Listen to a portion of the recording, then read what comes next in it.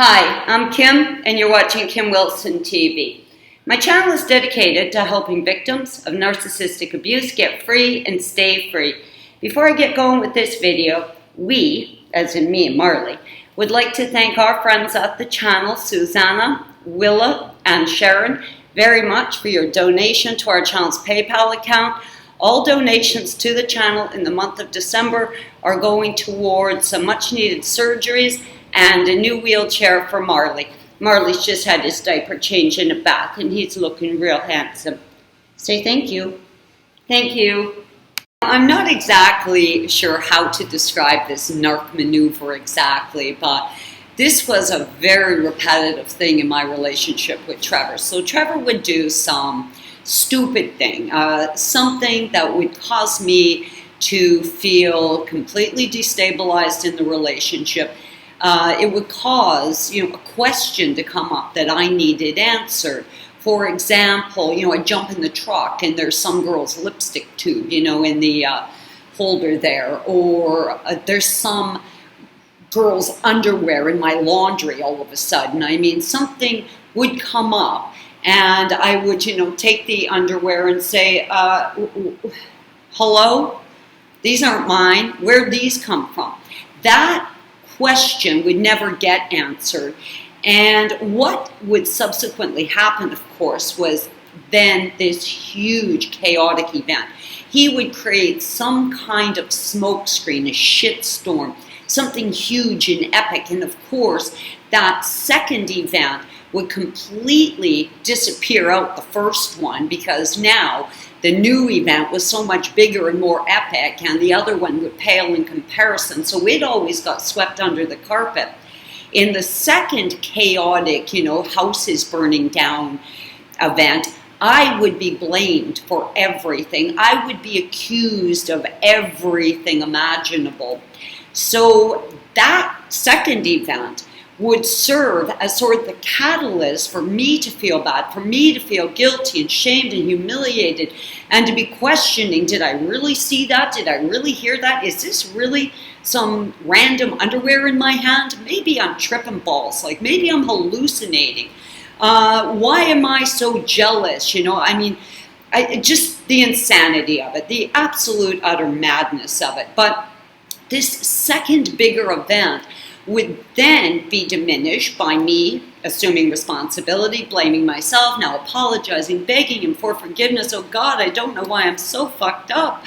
And of course, then both would be dismissed. And this is how Trevor used to be able to get away with these things that he did.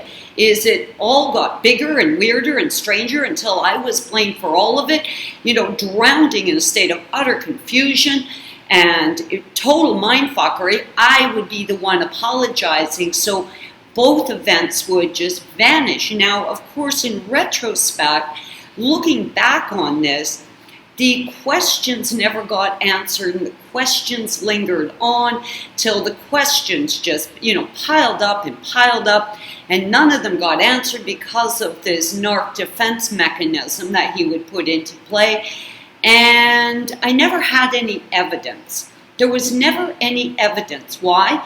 Because the topic would get changed so quickly and smokescreened and, shit-stormed over that we were on to the next problem, the next problem, the next problem, with all of this, string of unanswered questions, and it just kept going like that, snowballing. Now, this was very perplexing for me, because I would end up, sitting, kind of pondering the relationship, whether I was with him or it's one of the times I had left or I was getting Hoover, whatever was happening.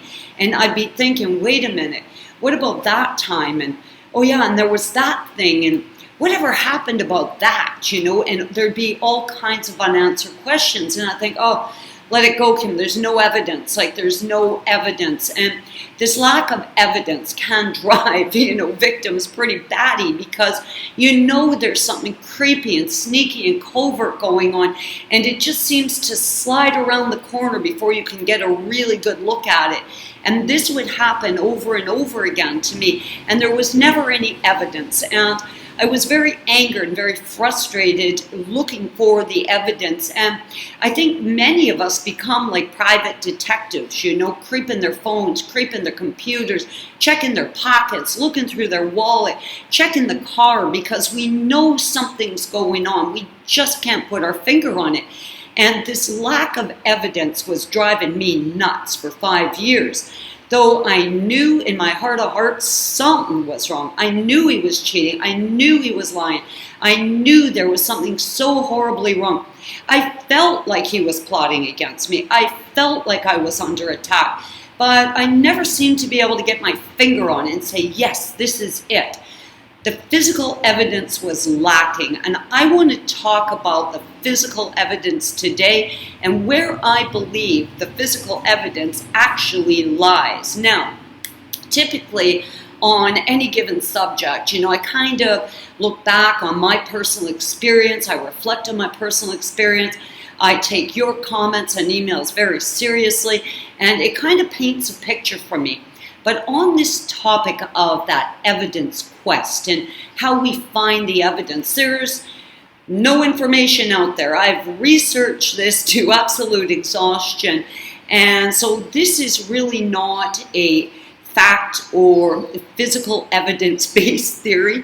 This is a theory based on a gut feeling and what I think this evidence, this missing evidence link really is. NARC usually will dismiss our requests, for answers to questions, or how they seem to evade being caught outright, like hand in the cookie jar, because Trevor was a master at that. Always leaving a trail of crumbs, always causing me to feel destabilized, unsettled, suspicious, but never any evidence. And I know many of you have experienced this. I've received so many emails saying, damn, I need to see the evidence. And I do believe there is evidence, clearly defined evidence, real, genuine, physical evidence, but I think we're looking in the wrong place. We're constantly looking to an expert, covert, sneaky, creepy manipulator who has been sneaking, creeping, and manipulating their entire life. They're experts at this. They're masters at this game. They know how to do some horrible thing to a victim and hide it or gaslight it away or project it back on them. Just create this absolute smokescreen of insanity where now you just want to make it stop. You really don't want the answer anymore. You just need the insanity to stop. And this is, I think, very, very common for many of us. But we still need evidence, and I think the evidence is there, and I think we've just looked for them, or looked to them for the evidence, when the evidence is really in us. Now, when I look back on how I felt during those times, I mean, literally, hands shaking, dark rings under my eyes, losing weight, hair falling out, constant nosebleeds, stuttering, I was sick. I was going from doctor to doctor to doctor. I was sure I had cancer. I mean, I was so sick. My head was spinning. I thought I had a brain tumor. I went for every cancer test known to mankind. The doctor thought I was an absolute hypochondriac.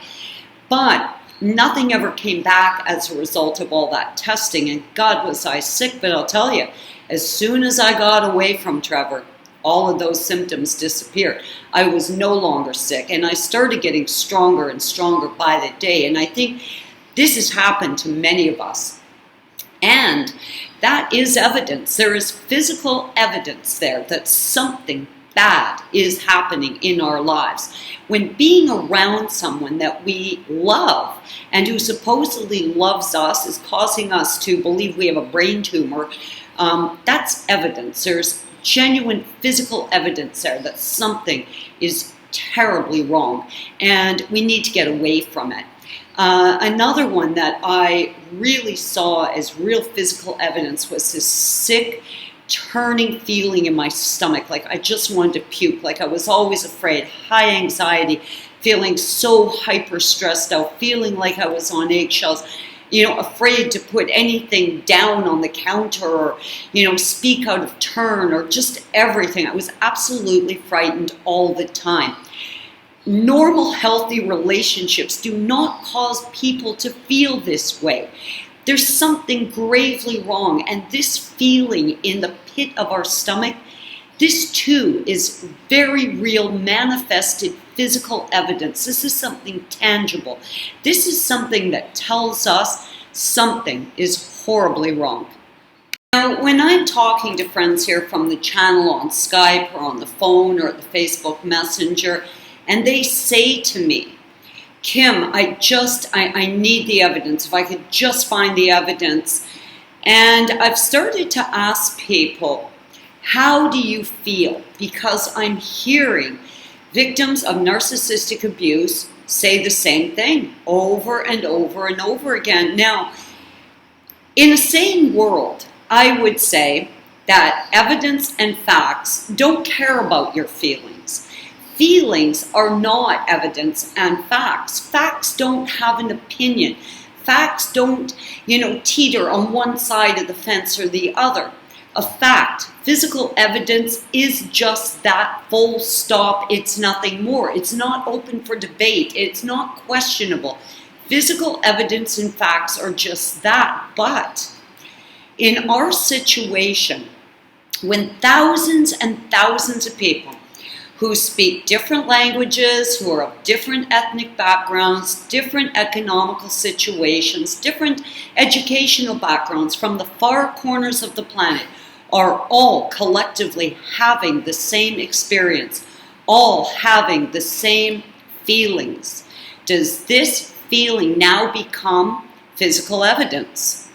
I think maybe yes. I think absolutely yes. It's not an accident. This isn't happening by chance that thousands and thousands of us have had the exact same emotional, psychological, spiritual experience. This is now beyond a feeling independently on my own. Yes, I was having a feeling, and I don't think my feelings proved anything. But now, together, as part of this huge global collective, and we're all having the same feeling, I think this crosses over from feelings or, a hunch or, an indication that something's going on. I think this now crosses over to looking more like physical evidence. And like I said, in the same world, evidence, facts, and feelings are not the same thing, but we don't live in the same world. We live in a world overrun with narcissism. We, as empaths, I believe, are being hunted by these things. There's nothing sane or normal about any of this. We live in a bit of a surreal environment, and I think within this surreal environment, within the realm of narcissism and predators and people posing as love interests, the love of your life, to trap you, to hurt you, I think we kind of crossed over to a state of utter weirdness. So I think in a case like this, my theory, of course, we can consider this collective feeling, the fact that we're all feeling the same way, as actual physical evidence. Why am I bringing this up? Why are we talking about this? Well, let me tell you. First and foremost, one of the things that kept me stuck with Trevor for 5 years was the lack of physical evidence. I had no support team. I had no community like I do now. I was on my own. Ow, Einstein. Ow, kitty. Kitty's teething. Einstein. So on my own, with no one to back up anything I was thinking or feeling, I was very much alone and needing evidence. But now, as part of this huge global collective, knowing that we've all had the same experience, that has manifested for me as the evidence. And I think looking for the evidence, that evidence quest, an empath's need to see cold, hard facts, keeps us stuck. It creates an opportunity for the narcissist to further gaslight us, confuse us more, cause us to even forget what facts, we're looking for, or, what questions we want answered, because now we're just absolutely drowning in a sea of gaslighting. I think we need to stop looking for the physical evidence and recognize the fact that we're all having the same experience is absolute evidence that these things are toxic, that these things are causing us to lose our health, lose our money, lose our careers, our hobbies, our interests. People in our lives are causing us to lose our sanity. They are toxic and bad for us, and we are all having the same horrendous experience. And that, to me, is evidence enough. Now, if you need more evidence than that, I get it, because I wanted to see hard facts. But now, 3 years out for me, looking back on it, happy, grateful, rejoicing every day that I'm free, I know where you're at, because I was stuck there, wanting evidence, wanting to be validated, wanting to see the cold, hard facts of the situation so I could say, ha, you have been cheating on me. I'm going to tell you something. I'm not a jealous woman. I don't think all my partners cheat on me. I wasn't just tripping balls like he was saying, oh, you think everyone's cheating. You think everyone's a liar. No, I don't. I absolutely don't. I think liars are liars. I think cheaters are cheaters. I think a global collective of people having the exact same experience, to me, is physical evidence. Times I've talked to friends here at the channel and they've told me the story, and I've said, look, you got to get out of there. This sounds like a dangerous situation to me. Yeah, but Kim, I don't have any evidence. I think this lack of evidence is in itself quite intentional, and I do believe it's a very dangerous trap, and I think many of us stay in abusive relationships with narcs far longer than we ever should on this evidence quest. I think we got to stop looking for evidence beyond our collective. The fact that we're all having the same experience, all feeling the same way, all of us. I cannot tell you how many people I've talked to who are absolutely overcome, incapacitated by physical illness. The narc gets out of their life and they miraculously heal over and over again. The evidence is within our collective. So if you're feeling stuck today looking for evidence, I think the way you're feeling, the personal experience that you're having, that shared experience that we've all had, I think it's evidence enough for you to know something has gone horribly, horribly wrong in your life, and it's time to get out of there. I think we can avoid this trap if we stop looking for the evidence and recognize the way we're feeling is evidence enough. If you're feeling bad, scared, like life as you know it has ended, if you feel yourself isolated, scared, and afraid, you're in the wrong place. You're in the wrong relationship. You need to get out of there. And I think that in itself is evidence. Guys, I'm Kim. You're watching Kim Wilson TV. I hope this helps, because I know a lot of you are really stuck in a bad place, wanting to find that evidence. Let the evidence quest go. The way you're feeling is evidence enough. I hope you're having a great narc-free day.